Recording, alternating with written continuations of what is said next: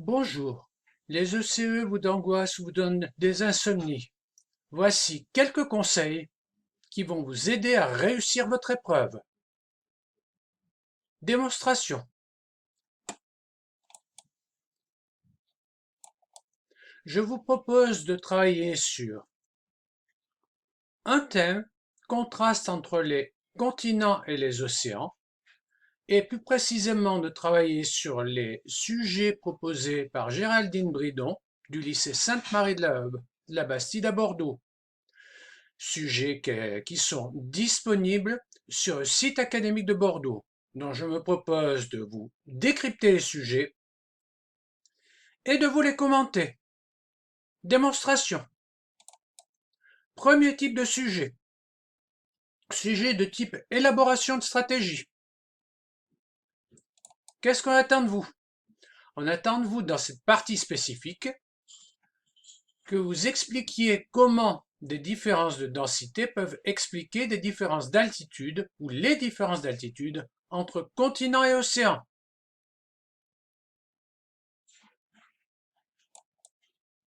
Ce qu'on attend de vous. Tout d'abord, une hypothèse. On peut supposer que les continents ont une densité ou auraient une densité beaucoup plus faible que les océans. On s'attend aussi à ce que vous proposiez des conséquences vérifiables de cette hypothèse, puis que vous proposiez une méthode de vérification de votre hypothèse. Enfin, une liste de matériel aussi complète et pertinente que possible. Voyons le sujet. Sur le sujet appropriation du contexte et proposition d'une stratégie, la partie spécifique, cette partie-là, vient en premier. L'exécution de la manipulation et son interprétation viennent à la fin. Donc, pour pouvoir proposer une stratégie, on peut s'appuyer ou vous guider sur les documents ressources que l'on voit ici. Ici, on voit en particulier que l'altitude des continents, l'altitude moyenne est de 300 mètres, alors que l'altitude, ou plutôt la profondeur moyenne des océans, est de moins 4800 mètres sur ce document. On voit que les roches de la croûte océanique et de la croûte continentale sont différentes. Donc, pour réussir, on pourrait mesurer la densité, donc mesure de volume et mesure de masse d'une roche continentale, donc plutôt un granit, et d'une roche océanique, soit un basalte, soit un gabbro. Normalement, la densité des gabbros devrait être supérieure à celle des granites au sens large. Donc, il me faut des balances, des outils pour mesurer, de préférence un vase à débordement, vase de Boudreau, et une balance. Passons maintenant à un sujet de type poursuite de stratégie. Donc, vous verrez que ce type de sujet ressemble beaucoup au précédent. Ici, la question qu'on peut se poser, c'est quelle autre hypothèse pourrait-elle expliquer les différences d'altitude? Et comment pourrait-on s'y prendre pour valider cette hypothèse? Autrement dit, on va voir le sujet.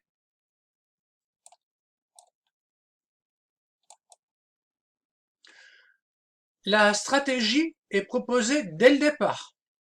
La manip est à faire immédiatement et la partie spécifique vient après. Qu'est-ce qu'on attend de vous?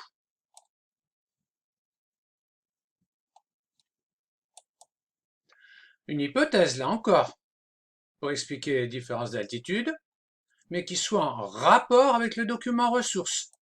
Celui-là, en l'occurrence. Les conséquences vérifiables de cette hypothèse, ce que vous feriez pour valider ou infirmer cette nouvelle hypothèse qui doit être complémentaire d'une hypothèse en relation avec les densités. Enfin, là encore, une liste de matériel complète et pertinente.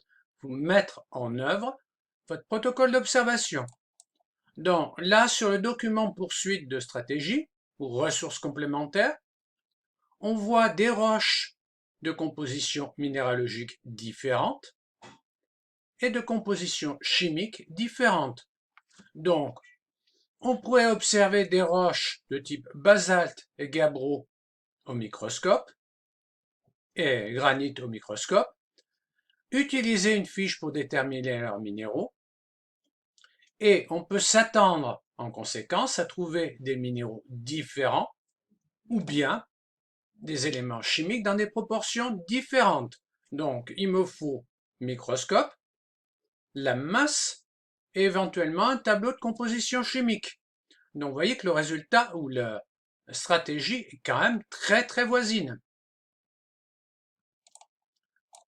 Autre type de sujet, troisième type, le type généralisation du phénomène. Attention, là on passe à un type de sujet totalement différent des précédents. Donc la question qui se pose ici, la densité des roches qu'on vient de calculer, pendant la partie pratique, on y reviendra à la fin, est-elle représentative de la croûte continentale et de la croûte océanique? Donc ce qu'on attend de vous, citation des valeurs que vous venez de calculer, une comparaison de la densité des roches que vous venez de calculer avec celle du document ressources ou ressources complémentaires, donc aussi bien pour les roches océaniques que pour les roches continentales. Enfin, une réponse à la question qu'on a posée précédemment. La densité des roches qu'on vient de calculer est-elle représentative, oui ou non, de la croûte océanique? Voyons le sujet.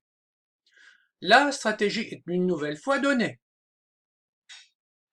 La partie spécifique vient après la manipulation et s'appuie sur un document.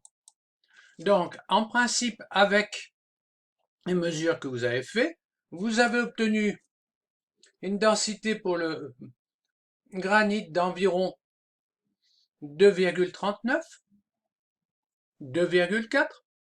Donc, sur ce document, on voit que la densité du granit est comprise entre 2,4 et 2,8.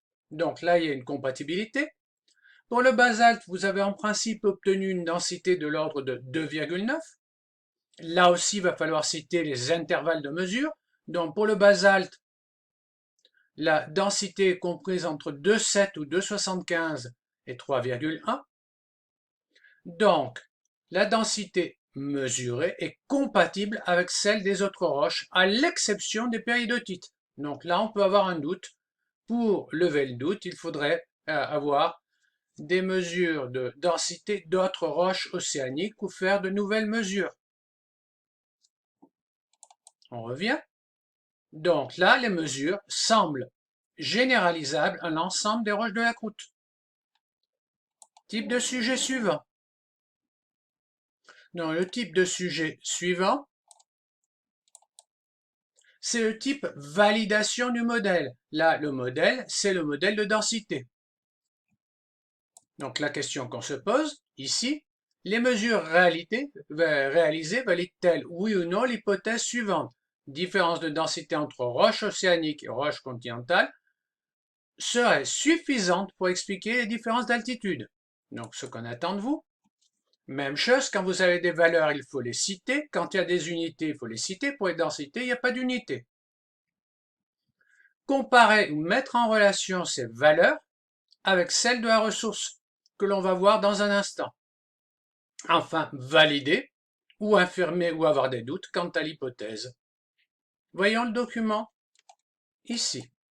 Donc sur les mesures, on a obtenu une densité du granit d'environ 2,5, enfin 2,39 à 2,50. Là, on a l'information, 2,4 à 2,8. Pour le basalte, on a une densité d'environ 2,7. Donc, on retrouve essentiellement des basaltes en domaine océanique. Donc là, ça irait.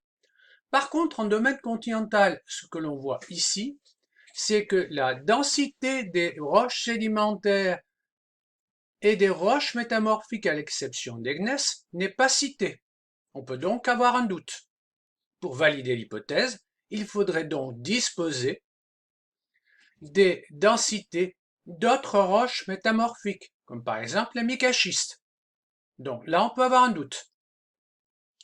Autre type de sujet qui ressemble en apparence. Oui, je voulais simplement rappeler que là encore, la stratégie est donnée au départ, la manipulation est à faire et la partie spécifique se déroule après. Donc, cinquième type de sujet qui ressemble en apparence. C'est le type validation des résultats. Donc là, ce n'est pas le modèle qu'on va chercher à valider, mais les résultats obtenus. Ici, les résultats de vos mesures sont-ils représentatifs des roches que vous avez étudiées? Attention, on n'a pas dit, comme dans le sujet de type 3, généralisation du phénomène, des roches de la croûte continentale et de la des croûtes océaniques. Donc revenons-en, ici, ou plutôt ici. Là, on va s'intéresser uniquement au basalte et au gabbro dont on a fait les mesures. Le sujet, donc on retrouve la stratégie qui est donnée dès le départ, les mesures à faire, on reviendra là-dessus. Ici, la partie spécifique est à traiter après les mesures. Donc ce qu'on attend de vous, les intervalles de confiance des densités des roches étudiées, vous disposerez d'un ordinateur et d'un tableur de type calque avec des données. Et il va falloir indiquer si les valeurs des mesures sont incluses ou non dans les intervalles. Donc je vois une petite faute d'orthographe que je valide. Voilà. Passons maintenant au document de secours. Donc il y a un lien vers le tableau comparatif, donc vous allez effectuer vos mesures. Donc, pour le granit, vous avez en principe obtenu un intervalle de confiance à 95% entre 2,15 et 2,63. Or, la mesure que vous avez obtenue est en principe de l'ordre de 2,39 à 2,40. Donc les résultats obtenus sont compatibles. Les résultats valides sont valides. Pour le gabbro, vous avez obtenu une densité de 2,7 ou de 2,8. En effectuant les calculs, on obtient un intervalle de confiance compris entre 2,43 et 3,13. Donc, pour le basalte, lui aussi, l'intervalle de confiance, les valeurs rentrent dans l'intervalle de confiance. Donc, les résultats semblent représentatifs. Voyons à présent la partie pratique, s'il vous plaît. Partie pratique du sujet. Elle est commune à quel que soit le type de sujet. Vous aurez 6 points pour réaliser au moins 6 points pour réaliser une partie pratique et la présenter. Donc ici, des mesures de masse avec une balance et des déterminations de volume. Donc ce qu'on attend de vous est respecter le protocole. Quand vous faites des mesures de volume, attention à bien glisser tout doucement votre caillou à l'intérieur de l'éprouvette et lisez, allez avec vos yeux bien à l'horizontale sur l'éprouvette de façon à ne pas faire d'erreur de parallaxe. À la fin, il faudra ranger le matériel. Ensuite, il faudra faire une présentation complète des résultats. Cette présentation est en rapport avec le problème de départ, expliquer les différences d'altitude.